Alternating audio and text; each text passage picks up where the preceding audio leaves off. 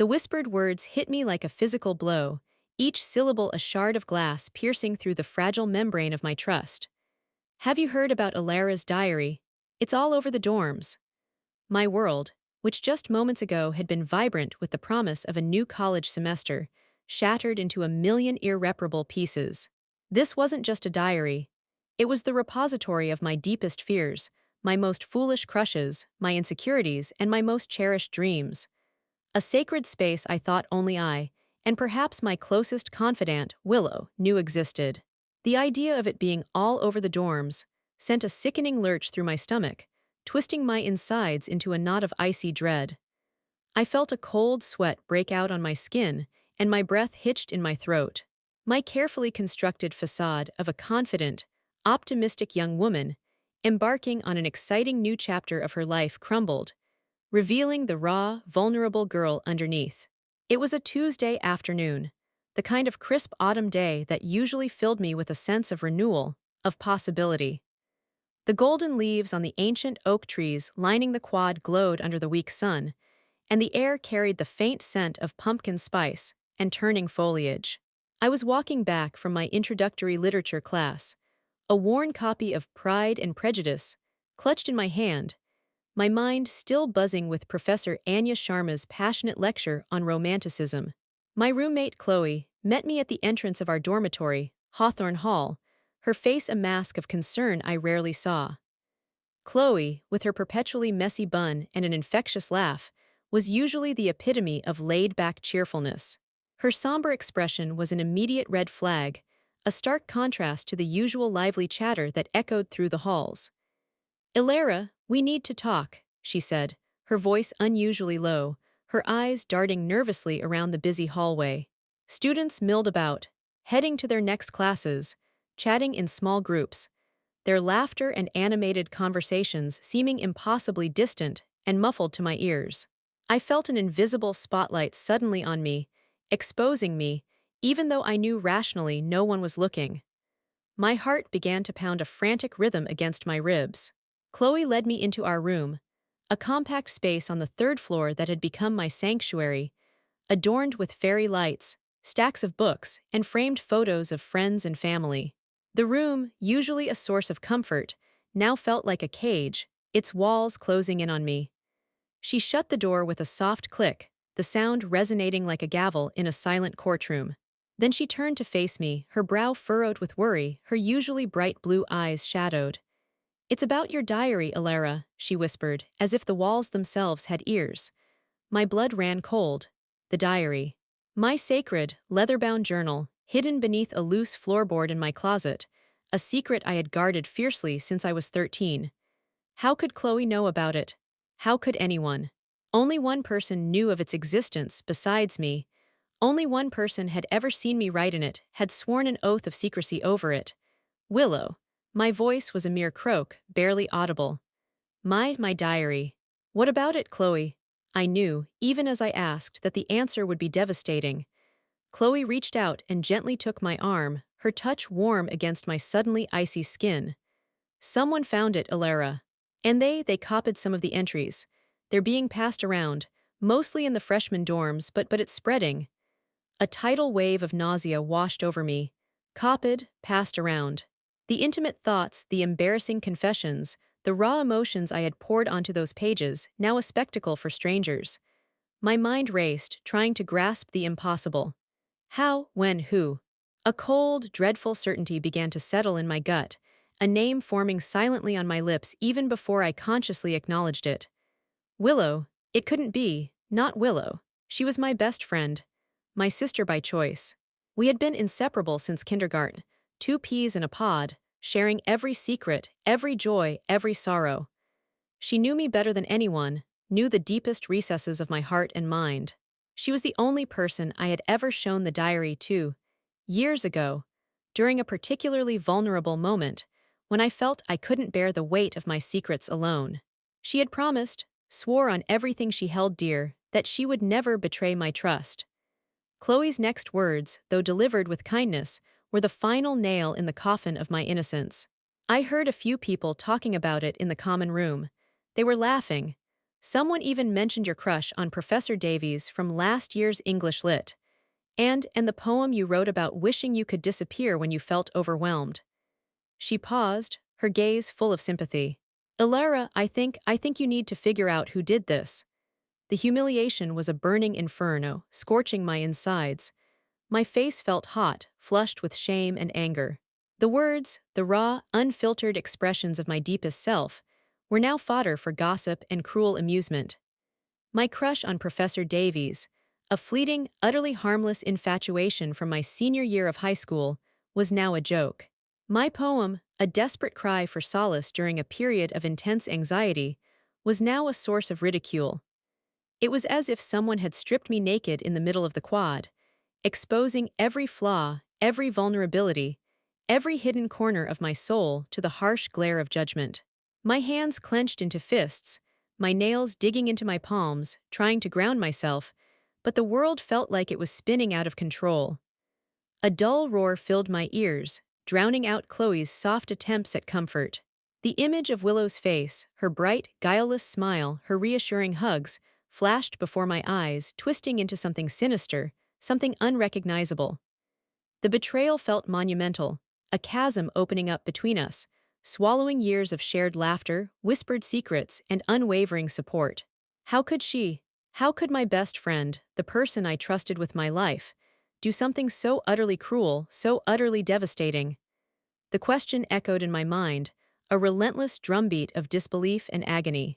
Tears pricked at my eyes, but I blinked them back fiercely. I wouldn't cry. Not yet. Not until I understood. Not until I confronted the architect of this destruction. But beneath the rising tide of anger and confusion, a cold, hard resolve began to form. This wasn't just a breach of privacy. It was an attack on my very being, on the trust I had so freely given. And I wouldn't let it stand. The naive, trusting Alara was gone, replaced by someone harder, someone determined to uncover the truth, no matter how painful it might be. The first crack in my perfect college dream had appeared, and it was a gaping, destructive fissure. The game, I realized with a chilling certainty, had begun. Willow and I were an institution in our small, sleepy college town of Crestwood, nestled comfortably in the heart of Vermont. From the moment we met in kindergarten, a pair of shy, wide-eyed 5-year-olds clutching identical worn teddy bears, we were inseparable. Our friendship wasn't just a bond. It was the foundational pillar of my life, a constant source of comfort and strength through the tumultuous waters of childhood and adolescence. We lived 2 streets apart, her sprawling Victorian house with its wraparound porch, and my cozy bungalow with its overflowing garden. Our houses might have been different, but our souls, we often joked, were twins.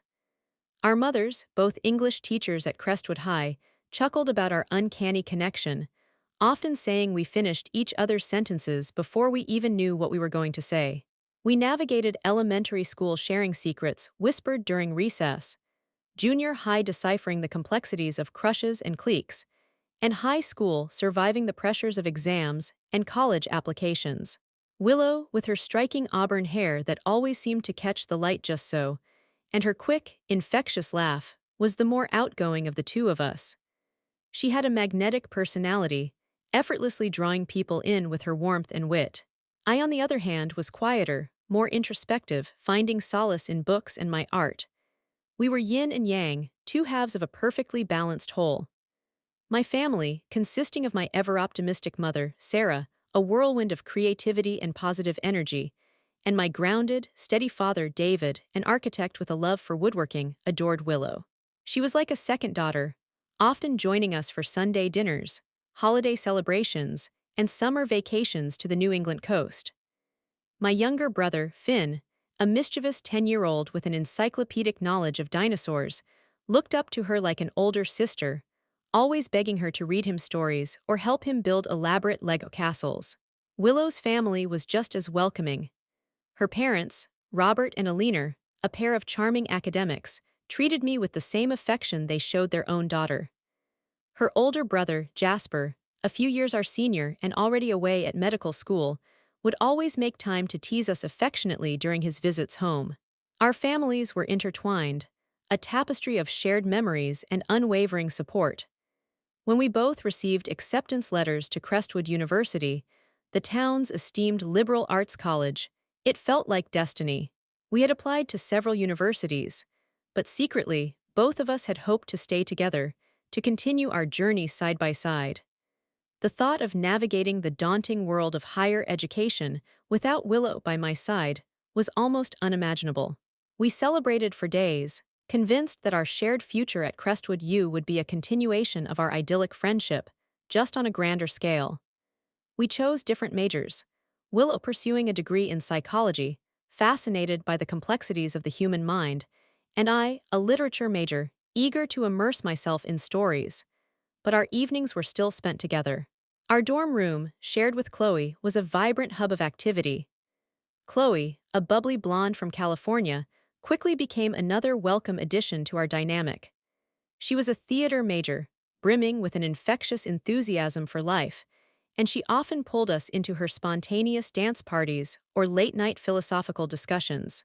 The three of us would spend hours huddled over textbooks in the common room, fueled by copious amounts of coffee and cheap instant noodles, or debating the merits of various campus clubs. Willow and I, however, still had our own rituals. We'd take long walks through the autumn-tinged campus, sharing our dreams, our anxieties, and the humorous mishaps of college life. We'd grab lattes at the Daily Grind, our favorite local coffee shop, and dissect our classes, our professors, and the new people we were meeting. It was during one such walk, just a few weeks into our freshman year, that I had confided in Willow about my diary. The college transition, while exciting, had also been overwhelming. The sheer volume of new information, the pressure to make new friends, the constant feeling of being a small fish in a very big pond, had triggered a wave of anxiety I hadn't anticipated. One evening, feeling particularly lost and alone despite being surrounded by hundreds of students, I found myself clutching my leather-bound journal, the one I had kept hidden for years. "Willow," I had started, my voice barely a whisper, as we sat on a bench overlooking the campus lake, the setting sun painting the sky in hues of orange and purple. I've been feeling really overwhelmed. Everything feels so new, and sometimes I just want to go home." She had put an arm around me, her touch reassuring. "I know, Alara, it's a lot, but you're not alone. I feel it too sometimes." And then, almost impulsively, I had pulled the diary from my backpack. This is where I put everything, all the things I can't say out loud. My fears, my silliest thoughts, my hopes. It helps. I had flipped to a random page, showing her a poem I'd written about feeling like a ghost in a crowd. "It's kind of embarrassing, but it's me." Willow had read the poem, her expression soft and understanding. "Alara, this is beautiful. It's so brave to put yourself out there, even just for yourself." She had then looked up, her gaze meeting mine, and a warm, sincere smile had spread across her face. "Your secrets are safe with me. Always, this is sacred, I promise." She had made a theatrical cross over her heart, a gesture we had used since childhood for our most solemn vows. That moment, the shared vulnerability, the unspoken understanding, had deepened our bond even further, if that were even possible. It reinforced my belief that Willow was my person, my anchor in a rapidly changing world. She knew my most guarded thoughts, the raw, unfiltered essence of Alara, and she had accepted them, embraced them, promised to protect them. The diary, once a source of slight embarrassment, became another thread in the intricate tapestry of our friendship, a symbol of our unbreakable trust. Now, as I replayed that memory in my mind, the warmth of it curdled into a bitter poison. The sacred trust, the solemn promise, had been shattered. The image of her making that cross over her heart, a gesture of unwavering loyalty, now felt like a cruel mockery. How could the girl who understood my deepest anxieties, who cherished my vulnerabilities, be the one to expose them to the harsh judgment of strangers? The betrayal wasn't just about the diary. It was about the desecration of our shared history, the destruction of a friendship I had believed was impervious to any storm. The Willow I thought I knew, the one who promised always, was rapidly dissolving before my eyes, replaced by a chilling uncertainty. The pain was sharp, acute, a constant throb that pulsed with every beat of my enraged heart. The news of the diary leak spread like wildfire through the dorms, whispers and furtive glances following me wherever I went. Each hushed conversation, each stifled giggle felt like a fresh cut. My private thoughts, my innermost feelings, were no longer my own. They were public domain, dissected and judged by a faceless audience. The humiliation was a suffocating blanket, making it hard to breathe, hard to even exist in my own skin. I tried to maintain a facade of indifference, to walk with my head held high, but inside, I was a crumbling mess of raw nerves and seething anger. Chloe, bless her heart, was a fierce protector. She walked by my side, glared at anyone who stared too long, and fiercely defended me whenever she overheard snide remarks. "It's disgusting, Alara," she fumed one evening, pacing our small room. "Who would do something so cruel? It's an invasion of privacy, pure and simple." Her unwavering support was a small beacon in the storm, but it couldn't mend the gaping wound in my soul. The hardest part was facing Willow. She acted oblivious, her usual bubbly self, seemingly unaffected by the dark cloud that hung over me. She'd greet me with her usual enthusiasm, ask about my classes, and suggest we grab coffee. Each interaction felt like a performance, a grotesque charade. My stomach would twist into knots every time I saw her, a cocktail of rage and hurt churning within me. How could she look me in the eye? How could she pretend? It was a masterful act, one that would have convinced anyone who didn't know her, or who didn't know the terrible secret that now separated us. I tried to drop hints, to see if she would confess, if she would show any sign of remorse. "It's crazy how quickly rumors spread here, isn't it?" I asked casually one afternoon as we walked to the campus library. My voice was tight, strained, but I tried to keep it light. Willow merely shrugged, a dismissive wave of her hand. "Oh, definitely, people here thrive on gossip. It's like a sport for some of them. You just have to ignore it, Ilara." Her eyes, usually so expressive, seemed to hold a flicker of something I couldn't quite decipher, a shadow of defiance, perhaps. Or was it just my paranoia, twisting everything I saw? "Yeah, but some rumors are particularly cruel," I pressed, my heart hammering against my ribs. I wanted her to break, to confess, to admit the terrible truth. I wanted the Willow I knew, the honest, empathetic Willow, to emerge from behind the mask. She glanced at me then, a quick, almost imperceptible shift in her gaze. "Well, you know what they say about people who gossip, Ilara. Misery loves company."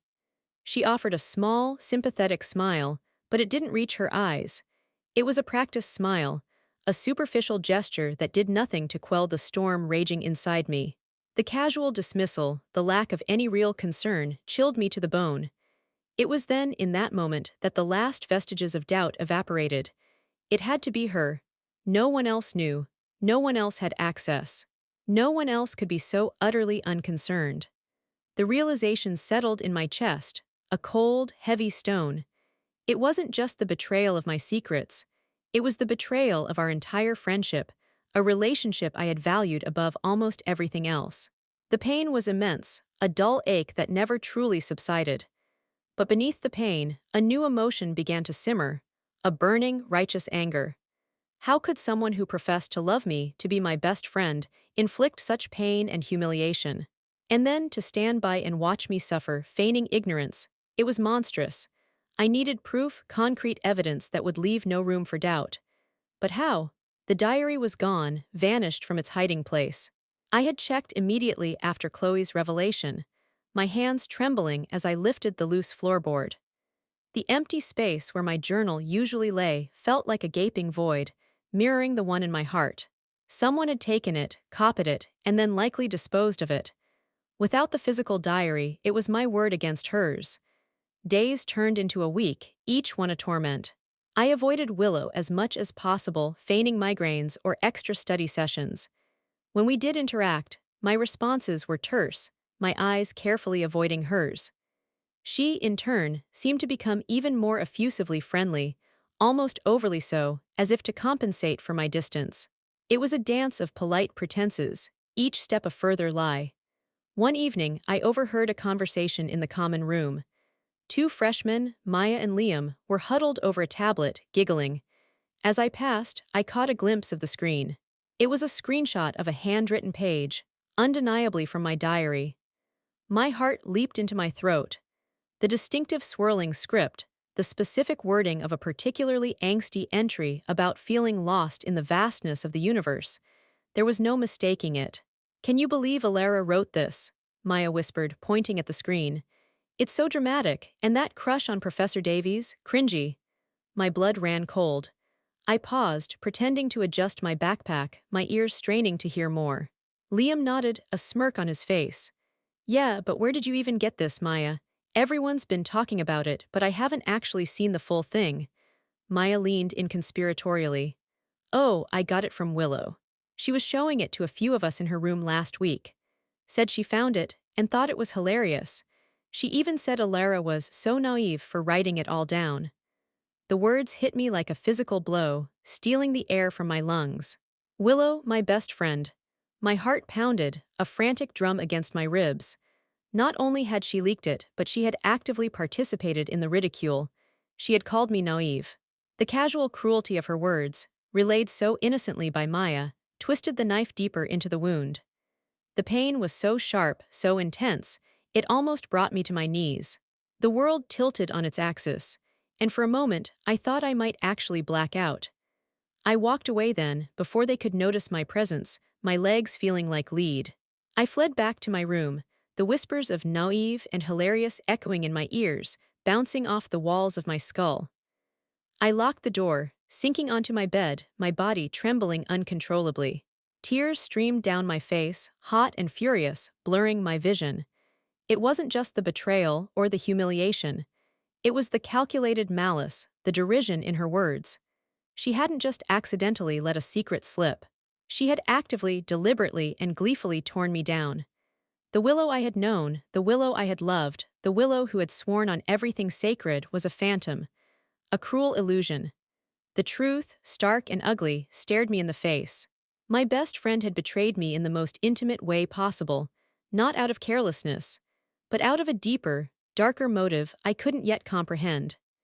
The quiet heartbreak I had felt before solidified into something far more potent, a searing anger that burned away the last vestiges of my grief. This wasn't just a crack, it was a gaping chasm, an irreparable rupture that had severed our bond forever. The trust was gone, replaced by a bitter seed of resentment, and in that moment, curled on my bed, choked by tears of betrayal, I knew I had to do something. I had to understand why. And I had to make her pay. The days following Maya's revelation were a blur of suppressed rage and cold calculation. I felt like an actress playing a part, moving through my classes, interacting with Chloe, and even exchanging polite, strained pleasantries with Willow, all while a storm raged inside me. The humiliation of my private thoughts being public fodder was one thing, but the sheer malevolence of Willow's actions, her calling me naive, and finding my vulnerabilities hilarious, fueled a simmering fury I hadn't known I possessed. The pain had morphed into a hard, metallic resolve. I stopped crying. The tears felt too weak, too passive. What I needed was strength, clarity. I began observing Willow more closely, searching for cracks in her perfectly constructed facade. She continued her performance of the concerned friend, occasionally asking if I was doing okay, or if the gossip was getting to me. Each word was a dagger, twisting deeper into my already wounded heart. But I swallowed the pain, allowing only a tight, forced smile to grace my lips. I couldn't let her see how much she had truly broken me. Chloe, sensing the shift in my mood, and perhaps even catching glimpses of the subtle tension between Willow and me, became my silent ally. We spent more time together, often retreating to the campus library or a quiet corner of the student union, discussing everything and nothing, carefully avoiding the elephant in the room that was Willow. I hadn't yet told Chloe the full extent of Maya's confession, or my absolute certainty that Willow was the culprit. The words felt too heavy, too damning, even for my closest confidant. It was a truth I needed to bear alone, for now. The emotional explosion finally came a week later, during a study group session for our shared philosophy 101 class. Professor Julian Vance, a charismatic and somewhat eccentric philosophy professor, had assigned a group project on ethical dilemmas, and by cruel fate, Willow, Chloe, a quiet transfer student named Ben, and I had been placed in the same group. We met in one of the small, stuffy study rooms in the library basement, the air thick with unspoken tension. We were debating the ethics of sacrificing one person to save five, a classic trolley problem, when Willow, in a sudden, seemingly unprovoked turn, brought up my diary. It's an interesting dilemma, she mused, tapping her pen against her chin, her gaze suddenly fixed on me. Like, if you knew someone's deepest, darkest secrets and exposing them could somehow prevent them from making a mistake, would it be ethical to do so? Her voice was laced with a saccharine sweetness that grated on my nerves. Ben and Chloe exchanged confused glances. Ben, always polite, cleared his throat. I think the hypothetical is about a physical trolley, Willow, not personal information. But Willow ignored him, her eyes still locked on mine, a subtle smirk playing on her lips. No, but it's similar, right? Because sometimes keeping secrets can be harmful, especially if they're, well, a little embarrassing, or if they show you're not as perfect as people think. My blood ran cold. The implication was clear, cutting, and cruel. She was referencing the diary, mocking me in front of our study group. My hands clenched under the table, my nails digging into my palms. Chloe, her eyes narrowed, sensed the attack. Willow, what exactly are you implying? She asked, her voice dangerously low. Willow, emboldened by my silence, leaned forward, a triumphant glint in her eyes. Oh, nothing, just general philosophical musings. It's just that some people, they project an image, but then their private thoughts reveal a different story. Like how Alara always acts so calm and collected, but in her diary, she writes about wanting to disappear and having crushes on older professors. It's quite the contrast, isn't it? The words hung in the air, thick with malice, an undeniable public confirmation of her culpability. There was no denying it now. She wasn't just a betrayer, she was a bully reveling in my pain. My face flushed with a furious heat, my ears ringing. All the suppressed anger, the hurt, the humiliation boiled over in that instant. The dam broke. You absolute snake, I hissed, my voice shaking with a fury that surprised even me. I slammed my fist on the table, making the notebooks and pens jump. Ben flinched, startled, and Chloe gasped, her hand flying to her mouth. How dare you? How dare you sit there and pretend you're some moral philosopher when you're the one who stole my diary and spread my private thoughts all over campus? And then you call me naive. You think this is funny. You think exposing my vulnerabilities is hilarious. Willow's carefully constructed facade crumbled instantly. Her eyes widened in genuine shock, her face paling. The smug smirk vanished, replaced by a flicker of fear. Ilara, I don't know what you're talking about, she stammered, her voice suddenly weak. Don't you dare lie to me, I practically roared, standing up so abruptly my chair scraped loudly across the floor. My hands were trembling, not from fear but from the sheer force of my rage. Maya told me, she said you showed her and Liam the entries, that you called me naive. You laughed at me, Willow, my best friend. The person I trusted with everything. Tears welled in Willow's eyes, but they felt false, manipulative. Ilara, you're misunderstanding. I found the diary, I swear. I was trying to figure out who it belonged to, and I guess a few people saw it, and it just got out of hand. I never meant to hurt you. Her voice rose, becoming shrill, a desperate attempt to regain control of the narrative. Chloe, who had been listening in stunned silence, finally spoke, her voice laced with disgust. Out of hand. Willow, you just openly mocked Ilara's private writings. You called her naive. That's not out of hand. That's intentional cruelty. You swore, Willow, you swore on everything you held dear that my secrets were safe with you. My voice cracked, the raw emotion finally breaking through. We've been friends since kindergarten. We shared everything. How could you do this to me? Why? The why was a desperate plea, an anguished cry for understanding in the face of such profound betrayal. Willow started to sob, dramatic, heaving sobs that seemed entirely performative to my enraged mind. I swear, I would never. Someone must have found it and blamed me. Stop lying, I screamed, unable to contain the years of shared history, the weight of the betrayal. Stop trying to manipulate me. I know it was you. You're the only one who knew where it was. You're the only one who would gain anything from tearing me down. The accusation hung heavy in the air, cutting through her manufactured tears. Ben, uncomfortable and clearly wanting no part of the escalating drama, gathered his books. I think I'm going to go study somewhere else. He practically bolted from the room, leaving the three of us in the suffocating aftermath of my outburst. I stood there, breathing heavily, my chest heaving, my body shaking with the aftershocks of my emotional explosion. Willow sat slumped in her chair, her face buried in her hands, still sobbing. Chloe stood beside me, her arm wrapped around my shoulders in a gesture of unwavering solidarity. The words had been said. The truth, in its raw, ugly form, was out. Our friendship, once the bedrock of my life, was shattered beyond repair, its fragments scattered and sharp. But amidst the wreckage of our broken bond, a strange sense of clarity emerged. The confrontation, though painful, had been necessary. I had called out the lie, exposed the deceit, and in doing so had reclaimed a piece of myself. The humiliation was still there, a dull ache, but it was now overshadowed by a fierce sense of righteous indignation. The silence in the room was deafening, punctuated only by Willow's pathetic sobs, which to my ears sounded increasingly hollow. This was the breaking point, the definitive end of an era, and in its wake I felt a chilling determination. This wasn't just about my diary anymore. It was about exposing the true face of the person I had once called my best friend. The confrontation in the library study room had ripped the flimsy veil off our friendship, leaving behind an ugly, raw wound. Willow's dramatic tears and feigned innocence didn't fool me, nor Chloe. The next few days were excruciating. Willow avoided me, and I, in turn, avoided her. The common areas of Hawthorne Hall became a minefield of awkward encounters and stony silences.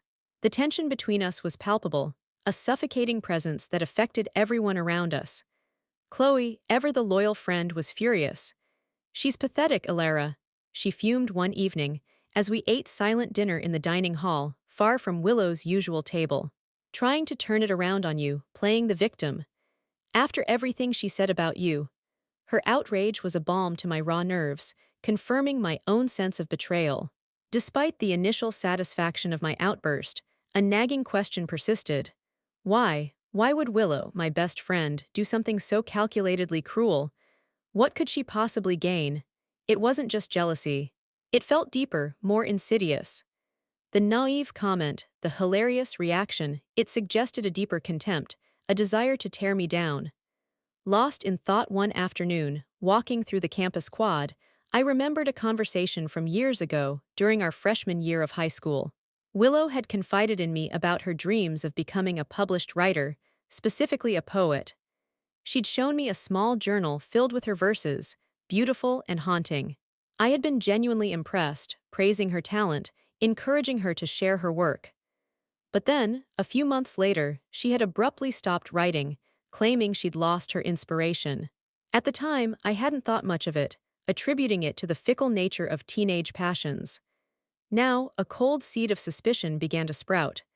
That night, lying in bed, unable to sleep, a new, audacious thought began to form in my mind. What if this wasn't the first time? What if her loss of inspiration back then was connected? What if this entire diary leak wasn't just a spontaneous act of malice, but part of a larger, more elaborate plan? A wild, desperate idea sparked in my mind. What if I could bait her? What if I could create a trap, one that would not only expose her true nature, but also force her to reveal her motives? It was a risky game, but the idea of passively enduring her betrayal was no longer an option. I needed answers, and I needed to restore my dignity. I spent the entire next day holed up in the library, not studying but writing. I bought a new, inexpensive, plain notebook from the campus bookstore, one that looked unassuming. This new diary wouldn't be a repository of my true feelings, but a carefully constructed fiction, a decoy. I filled its pages with exaggerated, overly dramatic entries, designed to mimic the style of my original, younger self. I wrote about a manufactured crush on a notoriously unpopular, socially awkward junior, a boy named Leo, known for his eccentric fashion choices and his obsession with obscure medieval history.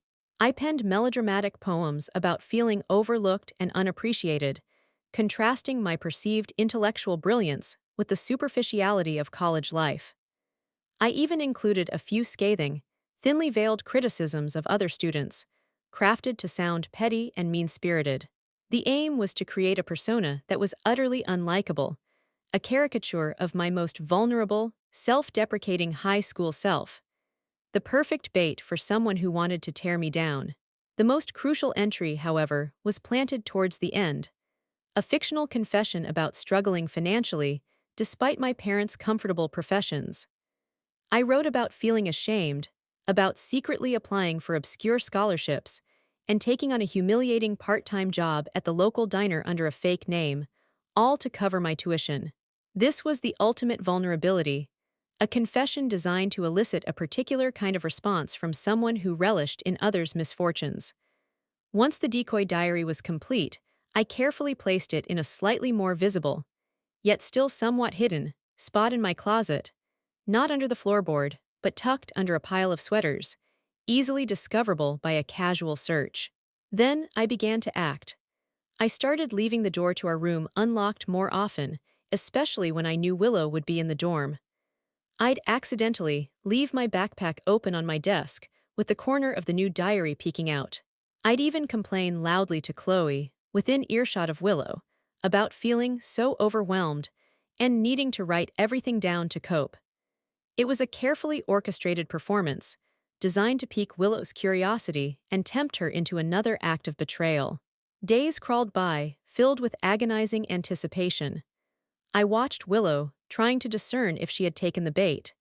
She seemed a little more attentive, a little too eager to ask me about my studies, her eyes lingering on my side of the room. The tension was almost unbearable. Finally, after a week, the moment arrived. I was in the common room, supposedly studying, but secretly observing the flow of students. I saw Willow discreetly enter our room, glancing around to ensure no one was watching. My heart hammered against my ribs. I waited, counting to 10, then 20, then a full minute. Then, I heard the faint click of our door closing. I rushed back, my adrenaline surging. The room looked undisturbed. But when I checked my closet, the decoy diary was gone. A cold knot formed in my stomach, mixed with a strange sense of exhilaration. She had taken it. The trap was set. Now I just had to wait for it to spring. The next morning, the whispers started again. But this time, they were different. Students in the dining hall, in the hallways, in the common room, weren't just gossiping. They were openly ridiculing. The target, however, wasn't just my past crush or my angst-filled poems. It was the fictional, petty version of myself I had so carefully crafted. Did you hear about Alara's new diary? A girl named Serena, a mutual acquaintance, said to a group near me. She was holding up her phone, displaying a screenshot. She's apparently in love with Leo Albright. And she thinks he's misunderstood. Gross, laughter erupted. Another student, Mark, chimed in. And she thinks all her classmates are shallow conformists. Pot calling the kettle black much. And the stuff about her parents struggling financially. I heard her dad's an architect. Sounds like she's just trying to get attention. The venom in their voices, the sheer delight in tearing down this fabricated version of me, was startling. But it wasn't the deepest cut. The deepest cut came from the specific details, the intimate details of my fictional financial struggles, the fake job at the diner. Details that only the person who had taken the diary would know. Then I saw Willow. She was at a table with a group of friends, all of them laughing, their phones out. She looked up and caught my eye, a triumphant, almost predatory gleam in her gaze. She knew I knew. And in that moment, as she raised her phone, ostensibly showing them another screenshot, the full picture snapped into horrifying focus. The initial betrayal, the leak of my real diary, had been motivated by a deep-seated envy. Envy of my perceived stability, my academic success, my seemingly effortless friendships. But this second leak, this deliberate humiliation, was more. It wasn't just about making me look bad. It was about stripping me of all perceived advantages, of all dignity, leaving me exposed and ridiculed. As I watched her, surrounded by her laughing audience, a chilling realization washed over me. Willow wasn't just a backstabbing friend. She was a calculated manipulator, a master of psychological warfare. My genuine diary, with its raw emotions, had been her first weapon. But this decoy, with its carefully constructed fictions, had become the ultimate trap. The twist wasn't just that the diary was bait. The twist was that my best friend, the girl who had sworn eternal loyalty, had so readily, so eagerly fallen for it. She hadn't just accidentally leaked my real diary. She had been actively looking for opportunities to hurt me, to tear me down, to expose what she perceived as my hidden flaws. My carefully crafted, naive, and overly dramatic persona in the decoy diary had perfectly played into her desire to diminish me. The sting of her betrayal was sharper this time, not because of the content, but because it confirmed the depth of her malice. It was a cold, hard truth that settled in my heart. The innocent, sweet Willow was a lie. The years of friendship, the shared secrets, the laughter, it had all been a facade, masking a festering resentment. My best friend wasn't just an accidental betrayer. She was a calculated saboteur, motivated by a dark, consuming envy that I had never, in my wildest dreams, imagined possible. And now I had the proof. The hidden secret wasn't just her betrayal, it was the chilling extent of her underlying animosity. The revelation was a punch to the gut, yet also a surge of cold, hard vindication. The pain of the initial betrayal was still there, a dull ache, but it was now overshadowed by a burning clarity. Willow wasn't just jealous, she was pathological, thriving on the degradation of others, particularly those she perceived as rivals. The proof was irrefutable, undeniable. The specific, fabricated details of my decoy diary, now circulating freely, linked directly back to her. She had willingly, eagerly swallowed the bait. I walked straight to Chloe, who was already staring at her phone, her face etched with a mix of confusion and anger. "Ilara, what is this? People are saying you wrote about Leo and how you're secretly poor. But I thought your dad was an architect." Her eyes were wide with concern. "It's a trap, Chloe," I stated, my voice steady, devoid of emotion. "I set a trap and she walked right into it." I then quickly, concisely explained everything. The creation of the decoy diary, the planted, exaggerated entries, and the specific details designed to expose Willow's true colors. I showed her the original entry about Leo, the one about the fake financial struggles, the specific wording of the shallow conformists comment. Chloe listened, her jaw dropping further with each detail. When I finished, she stared at me, a stunned admiration mixed with horror in her eyes. "Ilara, you did all that. You created a fake diary just to catch her. That's brilliant and absolutely terrifying." "Terrifying is what she did to me, Chloe," I countered, my voice hardening. "This is about justice. This is about exposing her for who she truly is." We decided on a plan. The next day, I would confront Willow publicly, not with anger, but with cold, irrefutable evidence. The battle wouldn't be fought with tears or accusations, but with undeniable facts. The following afternoon, I gathered a small but strategic group of students in the common room, including Maya and Liam, the two freshmen who had initially brought the leak to my attention, and a few other key influencers on campus who were known for their fair-mindedness. I specifically made sure Willow was present, subtly inviting her to discuss something important and feigning a sense of urgency. She arrived, looking a little nervous but still attempting to project an air of innocent curiosity. When everyone was assembled, I stood up, holding a printed copy of one of the particularly ridiculous entries from the decoy diary. My heart was pounding, but my voice was calm, clear, and steady. "I called you all here today because there's something important I need to address. Many of you have heard about my private diary being leaked, and more recently, a new set of entries. These have caused me a great deal of distress and humiliation." I paused, letting my words sink in. Then I looked directly at Willow, who sat opposite me, her face now completely devoid of color. "Willow, you claimed you found my first diary, that it got out of hand. You even tried to deflect by saying you never meant to hurt me, but your actions and your words suggested otherwise. Specifically, your comments to Maya about me being naive and my entries being hilarious." Maya and Liam shifted uncomfortably, avoiding Willow's gaze. "Well," I continued, my voice gaining strength, "it appears you've done it again.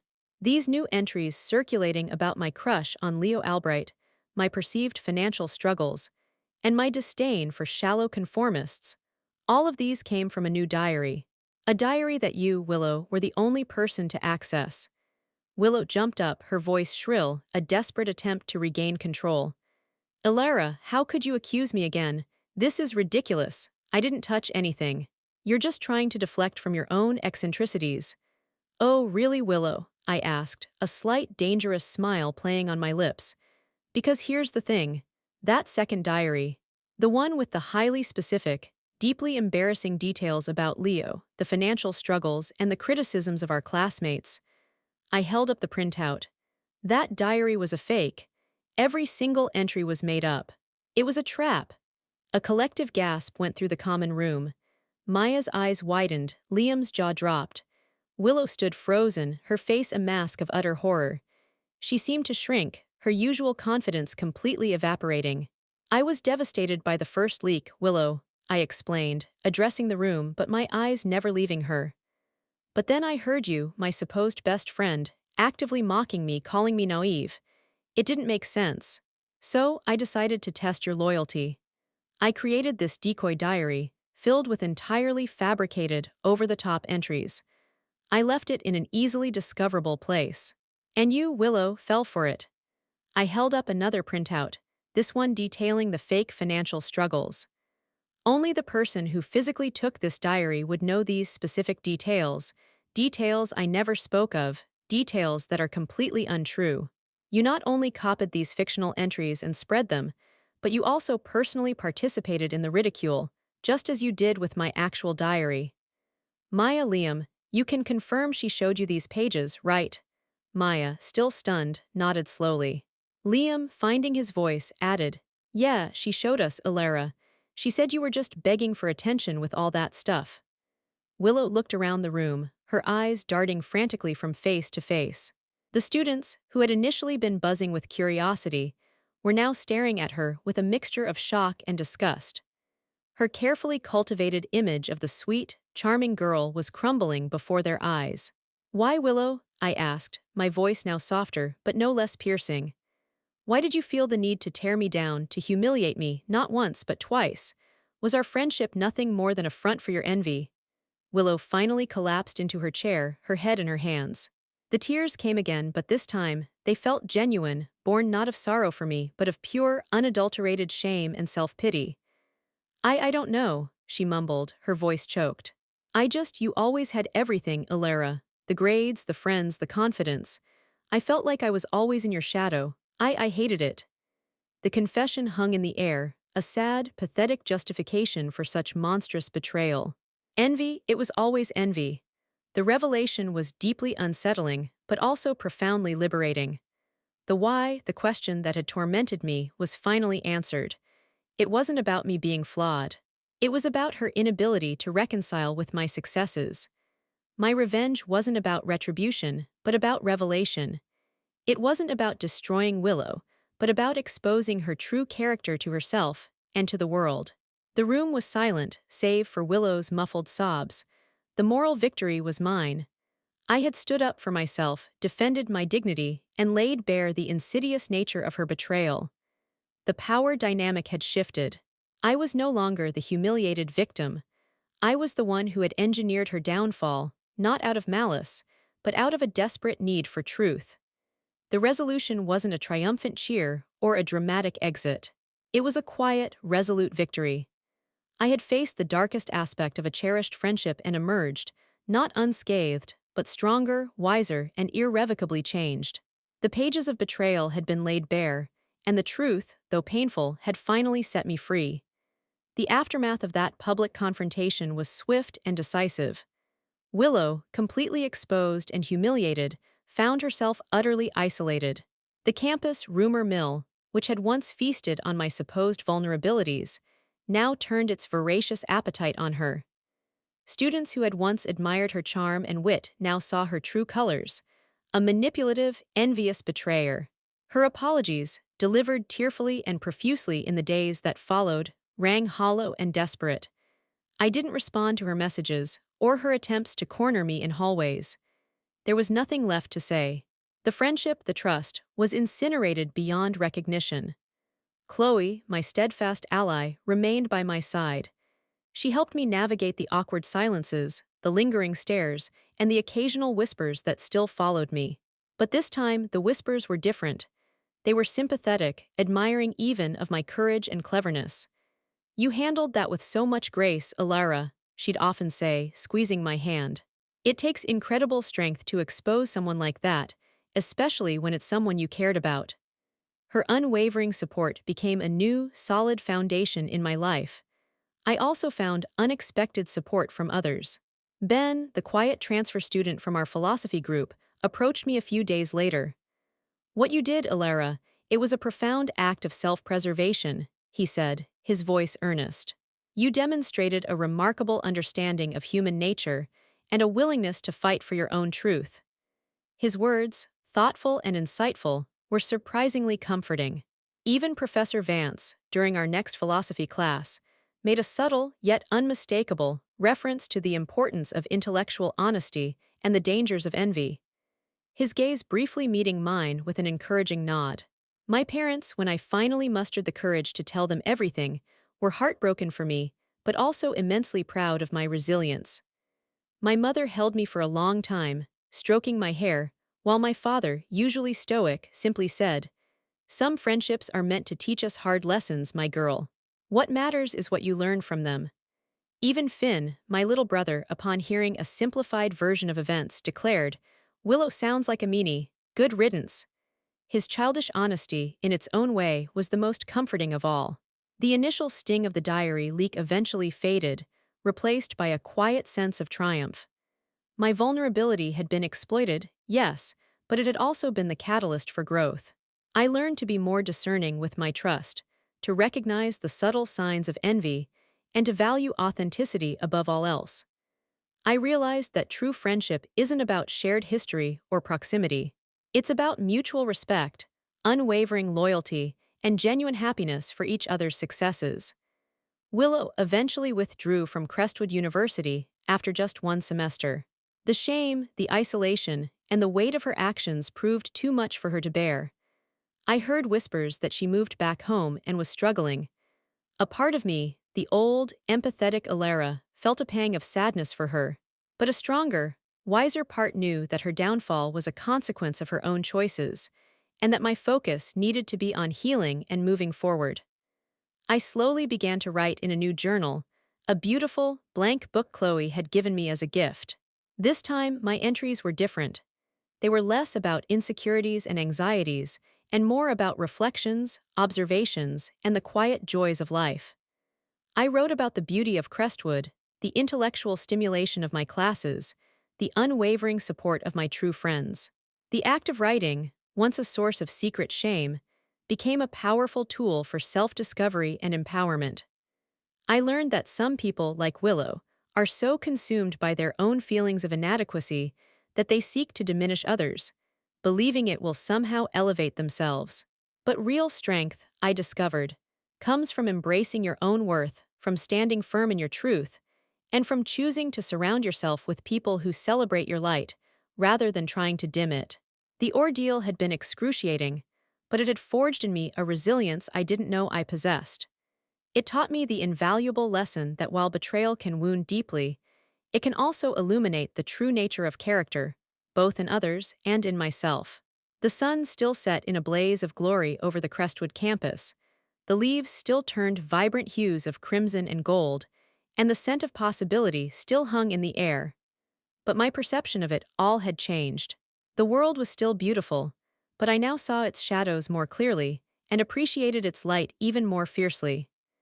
I had faced the darkness of betrayal and emerged, not unscathed, but with an inner strength that would guide me through all future storms. And as I closed the pages of my new journal, a new understanding settled deep within my soul. Loyalty, I now understood, begins where envy ends. It is a gift given freely, sustained by genuine admiration, and extinguished by the corrosive touch of resentment. True friendship is a garden, not a battlefield,